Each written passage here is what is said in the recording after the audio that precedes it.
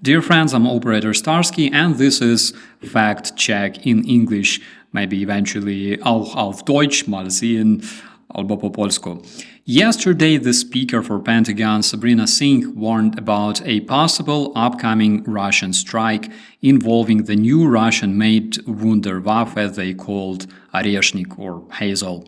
If the strike happens for real, it will of course take place in Ukraine because Ukraine is not protected by NATO, unlike majority of the European countries.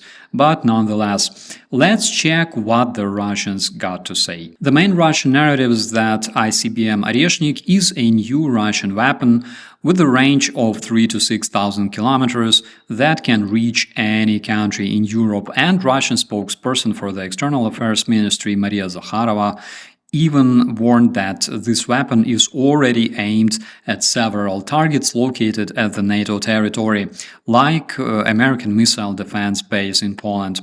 The Russians attempted to attract even more publicity, with Lukashenko publicly asking internationally wanted war criminal Putin to deploy Oreshnik to the Belarusian territory, so it could reach the European targets much easily. Additionally to this, the Russian terrorists stated that they can produce multiple missiles per month. For example, they spread rumors through resources like Military Watch magazine that Russia can produce approximately 300 intercontinental ballistic missiles of this type per year, or about 25 missiles per month. However, according to the US intelligence, Russia physically only has several Oreshniks at this very point, including the one that was launched without significant success against Ukrainian city of Dnipro. Of course, Russian image of a military superpower collapsed big time after its disastrous invasion of Ukraine, which shortly resulted in withdrawing from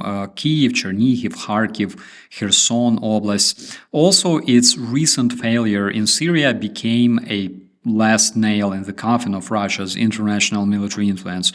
But according to Sun Tzu, if you are weak, you gotta show them that you are mighty, and vice versa. This is why, my friends, Russia turned its not-so-new ICBM Rubizh into a weapon of mass disinformation, Oreshnik. And they effectively utilized these missiles, scaring Westerners and talking heads like Joe Rogan.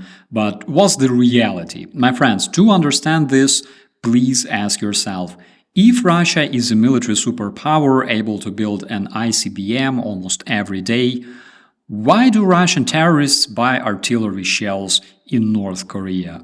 Why last year Yevgeny Prigozhin was screaming about shortage of shells in the Russian army, and Alexander Borodai is screaming about the same today? And how come a military superpower able to build gazillion complex ICBMs on a monthly basis cannot provide enough primitive mortar and howitzer shells for its troops? Is this possible? Of course it's possible. I mean, everything is possible when you lie. Now, let's see, can Russia realistically produce 300 Oreshniks per year? According to Ukrainian aviation expert Valery Romanenko, it's completely impossible.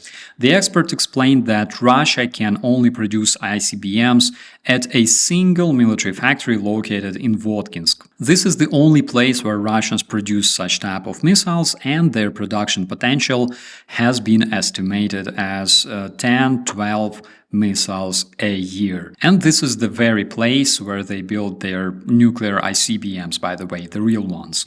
And considering international tensions, of course, they will not be able to stop production of real weapons in order to accelerate the production of Oreshnik, which is again a weapon of mass disinformation. So Russian terrorists can only build Oreshnik in line with other ICBMs, which makes it 5-6 missiles per year, optimistically, which means that we can anticipate a strike at most every 2 months. That is according to the expert. Also, producing complex missiles like Oreshnik is a costly thing.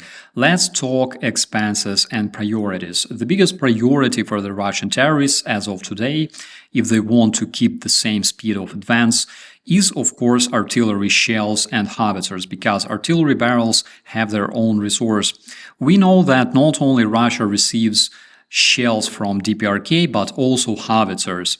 And the fact is they don't receive them for free, of course. Does producing Oreshnik make much sense when your ground forces require artillery to be able to claim territory? Of course it doesn't, because ground operations are the biggest Russian priority as of this moment, and the Russian invaders don't have never-ending resources or funds.